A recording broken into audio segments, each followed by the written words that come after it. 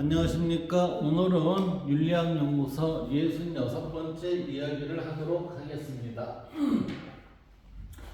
66번째 얘기는 니코마스 윤리학, 아리스토텔레스의 니코마스 윤리학 두 번째 시간이에요. 그래서 두 번째 시간은 본문 내용으로 들어가는 건데, 이 본문 내용에 의하면 아리스토텔레스는 궁극적 목적, 우리 삶에 있어서의 궁극적 목적을 뭐라고 부른다? 행복으로 보고 있어요. 자, 이 얘기는 다시 얘기하면 이렇게 우리가 해석할 수 있어요. 우리는 태어날 때 내 의지에 의해서 태어나질 않죠. 그래서 사르트르는 우리는 이 세상에 던져진 존재입니다 라고 이렇게 표현하기도 하지만, 우리가 태어날 때는 내 의지도 아니고 죽을 때도 자연사 같은 경우는 내 의지가 아니에요. 그러나 죽을 때 내 의지대로 자살을 선택을 했다 그러면 그거는 우리가 뭐라고 얘기하냐면 비도덕적이고 비윤리적인 선택을 했다는 거죠. 자기에 있어서의 우리는 생명이라는 것을 얻었을 때 그 생명은 이 세상, 나를 위해서, 이 세상을 위해서 무엇인가 해야 할 일이 있다는 전제하에 태어났다라고 생각을 하는 게 긍정적 사고겠죠. 아무리 어려워도 그것을 극복하려고 하는 게 우리의 기본적인 삶의 자세가 돼야 됩니다. 그렇기 때문에 우리의 모든 선택은 사실은 우리가 행복과 아니면 죽음이라는 그 큰 수레의 두 바퀴를 굴리면서 살아가는 거예요. 따라서 우리의 궁극적인 목적이라는 것은 우리가 목적으로 삼은 것은 행복이 되는 거예요. 모든 선택은 우리는 내가 선택을 해서 하려고 했었던 것은 행복을 위해서 선택하는 겁니다. 또 다른 하나는 내가 어떻게든 살아서 존재하는 그 목적은 내가 행복이라는 1차적인 목적이 있지만 두 번째는 어쩔 수 없이 피할 수 없는 결론을 향해 가고 있어요. 그게 뭐냐면 죽음이라는 거예요. 따라서 우리는 두 개의 수레바퀴를 굴리면서 이 세상을 살아가고 있는 존재라고 할 수 있어요. 이 단어에 대한 학습 목표는 삶의 궁극적 목적으로서, 내 생활의 궁극적 목적으로서 행복과 덕을 관련지어 설명할 수 있다 그랬습니다. 이때 이 덕이라는 건 뭐라고 그랬어요? 덕이라는 건 제가 관계라고 그랬습니다. 이 관계에는 우리가 좋은 관계가 있고 우리가 나쁜 관계가 있어요. 좋지 않은 관계. 그래서 좋은 관계를 우리는 바람직한 관계라고 얘기를 하고, 우리는 나쁜 관계, 좋지 않은 관계를 바람직하지 못한 관계라고 얘기를 합니다. 그런데 우리는 선택을 하는데 둘 중에 하나를 어떻게든 선택을 하면서 살아가는데, 이 선택 자체는 뭐예요? 자신의 행복을 위해서 선택을 한 것이다 라고 이렇게 볼 수는 있다는 거죠. 그러나 우리가 덕이 추구하는 바는 바람직하지 않은 이러한 선택이 아니라 바람직한 선택을 해서 나와 타자들과의 관계가 바람직한 결정이 되는 것을 우리는 덕 이렇게 얘기를 하는 거예요.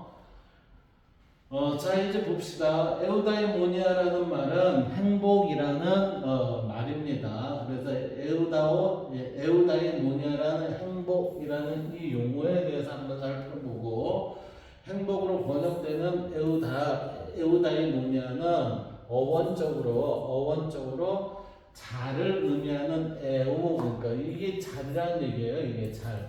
이게 잘이라는 의미와 그 다음에 영적이고 신적인 존재, 다이몬 그래요. 우리는 소크라테스가 다이몬에 대한 얘기를 좀 간혹한 게 있어요. 이게 뭐냐면은 영적이고 신적인 존재 이랬을 때 이거의 결합, 이때 이것을 우리는 양심으로 봐도 아무 지장이 없지 않을까 생각이 돼요. 그래서 양심, 잘된 양심이라는 얘기는 뭐죠? 바람직한 모습의 나, 이게 되겠죠. 이게. 그래서 에우다이모니아라는 모습의 나를 우리는 행복하다라고 행복이라는 용어로 정의할 수 있다라고 볼 수 있습니다. 그 다음 두 번째는 품성 상태라고 오늘 살펴봅시다. 품성 상태라는 거는 일정한 조건 내에서 일정한 방식으로 느끼고 행동하는 안정적인 성향 그랬어요. 이것을 우리는 이런 안정적 성향을 우리는 각자가 드러낸 안정적 성향을 품성이라고 얘기를 하는 거예요. 이 품성이라는 것은 우리의 성품을 그대로 드러난 모습을 우리는 품성 그러거든요. 그러니까 한 인격체가 완성이 됐던 완성된 제품의 모습으로 드러난 이걸 품성이라고, 그러한 드러난 상태의 모습을 품성 상태 이렇게 얘기하는 거예요. 그리고 기타라라는 말이 있는데 이거는 U자 모양의 나무로 공명통이에요. 그래서 세로로 줄을 친 악기를 우리는 기타라 이렇게 얘기해요. 그리고 무나라는 거는 고대 그리스의 무게 단위를 무나 그래요. 무나. 그래서 이게 신무나는 현대의 도량으로 환산하면 431g이래요. 따라서 1무나는 43.1g에 해당이 된다고 합니다. 그리고 중형이라는 말이 있습니다. 이 중형은 그리스로 메소테스라는 말인데 이거는 중간이나 가운데 또는 평균 등을 의미하는 메소스라는 단어와 같은 어원을 갖는 추상명사예요. 이때 메소스는 중간, 그 다음에 가운데, 평균, 이것을 메소스라고 하는데 메소테스 하면서 태자가 들어갔죠. 메소테스라는 경우는 아마 균형을 얘기하는 게 아닐까 저는 그렇게 생각을 해요. 그 다음 성격적 탁월성 그랬어요. 우리는 탁월성이라고 얘기했을 때는 우리는 그것을 덕이라고 얘기를 합니다. 그래서 성격적 탁월성이라는 건 탁월한 것은 덕이 실현이 되고 덕의 구현을 우리는 탁월함이라고 얘기를 해요. 그래서 성격적 탁월성이라는 것은 덕에 우수한 덕을 지닌 자라고 이렇게 봐야 되지 않을까요? 그 다음에 악덕 그랬어요. 그래서 양극단, 중형의 양극단의 증거가 아니라 특정한 감정이 양극 및 중형을 표현하는 증거가 되는 것을 우리는 성격적 탁월성, 악덕 이런 형태에 있어서의 표시를 할 수 있다는 건데, 이때 양극단의 증거로 지나치면 두려움이 지나치면 비겁이고 모자라면 무모하게 된다라고 이게 양극단의 증거로 이제 표현하는 거죠. 그러면 그 사이는 뭐가 되겠어요? 비겁하지도 않고 무모하지 않는 것, 그것을 우리는 성격적 탁월성, 그리고 비겁과 무모는 뭐예요? 악덕 이렇게 된다는 거죠. 그리고 쾌락과 고통이 감정이 지나치면 무절제하게 되고 모자라면 방탕하게 된다는 얘기죠. 그래서 우리는 이 무절제와 방탕의 중간을 우리는 중념이라고 얘기를 한답니다. 금전관계가 지나치면 낭비고 부족하면 인색하다 이렇게 얘기를 하죠. 그래서 이것을 이기는 것을 뭐라고요? 이게 중용이라고 하는데 이 중용은 한마디로 해서 검소함이라고 이렇게 표현할 수 있겠죠. 그 다음에 분도가 지나치면 성냄이고 부족하면 무기력하죠. 그러면 성냄과 무기력의 그 사이를 우리는 뭐라고 해요? 중용이라고 얘기한다고 합니다. 자, 이제 우리는 행복은 무엇인가 라는 행복에 대한 얘기를 한번 살펴보도록 하겠습니다. 행복이라는 것은 우리는 에우다이모니아라고 그랬습니다. 이때 행복이라는 것은 에우다이모니아라고 이렇게 표현을 하고 있는데, 에우다이모니아라고 하는데 에우는 자리고 이건 다이모니아라는 것은 우리는 행복이라는 말, 즉 어떻게 보면 양심이라는 표현으로 얘기할 수 있다라고 제가 말씀을 했어요. 그래서 이 모든 종류의 모든 종류의 암과 선택이 어떤 좋음을 지향하고 있으므로, 그러니까 어떤 종류의 암과 이게 지혜와 그 다음에 우리가 이 선택이 어떤 좋음을 지향하고 있다라는 것은 이게 바람직한 관계를 지향하고 있다 이렇게 볼 수가 있겠죠. 그래서 모든 좋은들 중 그랬으니까 이거는 바람직한 것들 중 이렇게 얘기할 수 있어요. 그때 최상의 것이 무엇인지 논의해 볼 필요가 있다. 이때 최상의 것을 우리는 이것을 행복이라고 이렇게 보는 것 같습니다. 그래서 그것을 어떤 이름으로 부르는지는 대부분의 사람들이 동의하고 있다라고 했으니 모두가 이것을 보편적으로 행복이라는 것이 모든 좋은 것들 중에 최고가 아닌가 이렇게 본다는 얘기죠. 그런데 대중들과 교양 있는 사람들은 모두 그것을 행복이라고 말하고 잘 사는 것과 잘 행위하는 것을 행복하다는 것과 같은 것으로 생각하고 있기 때문에 자 보세요. 잘 사는 것과 잘 행위하는 것 이것을 뭐라고 얘기해요? 바람직하게 사는 것과 바람직하게 행위하는 것 이것을 우리는 뭐라고 얘기한다? 행복하다는 것과 같은 것으로 생각하고 있기 때문입니다. 따라서 행복이라는 건 뭘 뜻한다? 바람직하다는 것을 뜻한다라고 볼 수 있어요. 그래서 행복이 무엇인지에 대해 논란이 있다. 그런데 저는 지금 뭐라고 그랬어요? 바람직한 것이라면 그의 행복이 아니겠느냐 이 말씀을 드렸어요. 그리고 또한 대중들과 지혜로운 사람들이 같은 답을 내놓은 것도 아닙니다. 어떤 사람은 행복을 눈에 보이는 누구나 알 수 있는 즐거움이나 부명예라고 말하며 다른 사람들은 각각 다른 것을 이야기합니다. 즉 이야기는 행복에 대한 정의가 누구예요? 사람에 따라 다르게 결정이 됩니다. 라고 이렇게 지금 여기서 보이고 있죠. 그래서 심지어 같은 사람이 사정에 따라 행복이라고 말하는 것이 달라지는 경우도 있다. 그러니까 같은 사람이라 하더라도 상황에 따라 이 사정이라는 것은 상황에 따라 그 행복의 개념이 틀려질 수도 있다 이렇게 얘기하는 거예요. 예를 들어 병들었을 때는 건강을, 가난할 때는 부를 행복이라고 합니다. 또한 자신들의 무지를 의식할 때 그들의 이해력을 넘어서는 어떤 위대한 것을 행복이라고 생각합니다. 자, 이때 여기를 한번 봅시다. 병이 안 들었을 때의 건강과 그 다음에 어느 정도의 부를 획득했을 때의 그의 모습과 그 다음에 자신들의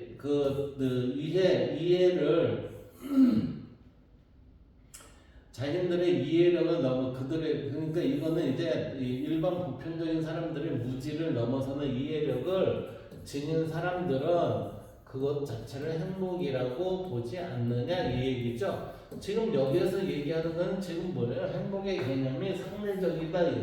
여기에서 지금 얘기는 행복은 상대적입니까? 이렇게 지금 보고 있는 거예요. 상대적입니까? 이렇게 보고 있어요. 자, 그래서 대중들, 특히 통속적인 사람들은 좋음과 행복을 즐거움이라고 생각하는 것처럼 보이는데 이때의 좋음과 행복을 즐거움이라고 생각하는 것처럼 보이는데 이러한 그들의 생각에 일리가 없는 것은 아니다. 그럴 수 있겠다. 이 사람들이 이렇게 보는 거 그래 그럴 수 있겠네. 그런 까닭에 그들은 향락적인 삶을 좋아하는 것이다 라고 얘기는 즐거움을 그래서 만끽하는 거 아니니? 이 얘기죠. 그래서 가장 두드러진 삶의 유형은 세 가지인데 삶의 유형은 세 가지예요. 일단 하나가 뭐예요? 향락적인 삶, 정치적인 삶, 그리고 관조적인 삶이 그것이다. 우리의 삶은 세 가지의 세 가지가 있답니다. 향락적이고, 정치적이고, 관조적인 거. 향락적인 거는 우리는 뭐예요? 육체적인 거죠. 그다음에 정치적인 것은 명예욕이죠. 그 다음에 관조적이라는 거는 자신을 살피는 성찰의 자세를 얘기하는 거죠. 성찰.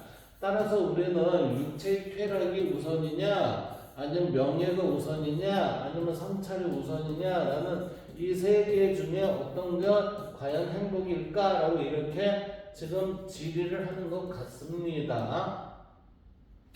그럼에도 우리는 행복을 언제나 그 자체 때문에 선택하지, 그러니까 행복이라는 것 그 자체가 좋기 때문에 우리는 좋은 것이기 때문에 선택을 한다는 얘기죠.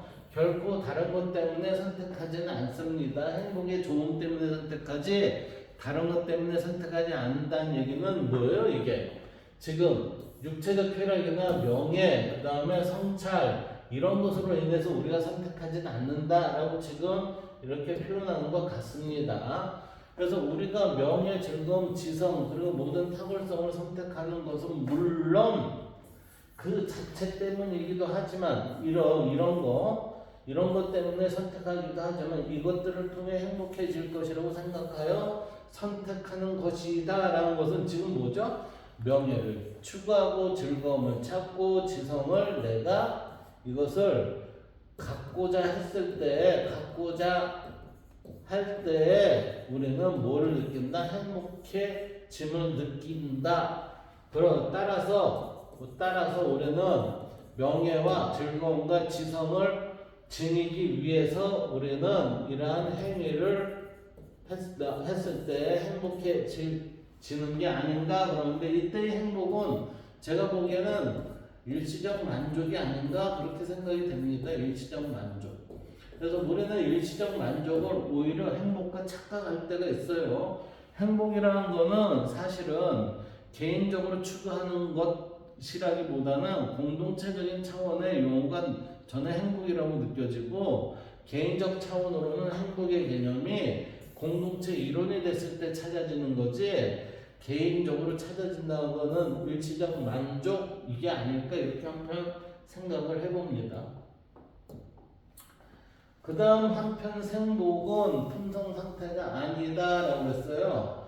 그러니까 행복이 품성 상태가 아니다 라는 얘기는 이 행복은 품성이라는 거는 내 모습, 나의 겉모습으로 드러난 어떤 것이 아니다. 만약 행복이 품성 상태라면 평생 잠만 자면서 식물 같은 삶을 사는 사람도 혹은 크나큰 비운을 겪고 있는 사람도 행복할 수 있기 때문이다 라고 하니, 이때 우리는 행복이 품성 상태라면 다른 사람들과의 바람직한 관계, 갈등이 없는 관계가 행복이야? 그렇다면 우리는 평생 잠만 자도 그러한 삶을 살 수 있는 거고, 그 다음에 크나큰 비운을 겪고 있는 사람도 뭐예요? 이러한 품성으로 내가 괜찮다라고 하면 행복이 될 수 있지 않니? 이렇게 본다는 거죠.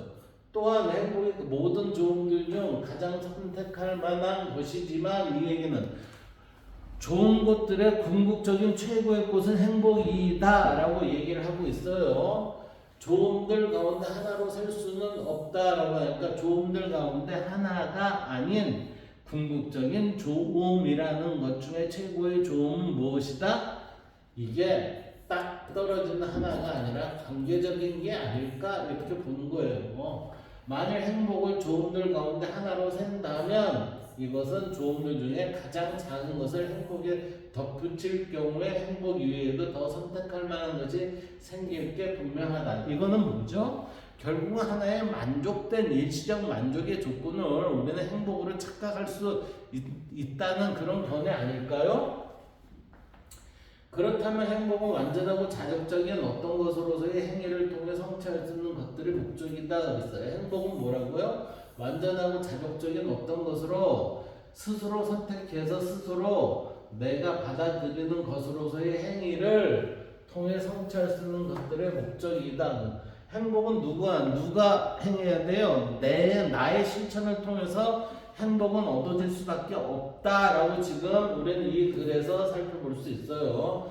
따라서 행복은 분명 그 자체로 선택되는 활동 중 하나여야 하며, 다른 것 때문에 선택되는 활동들의 하나여서는 안 된다.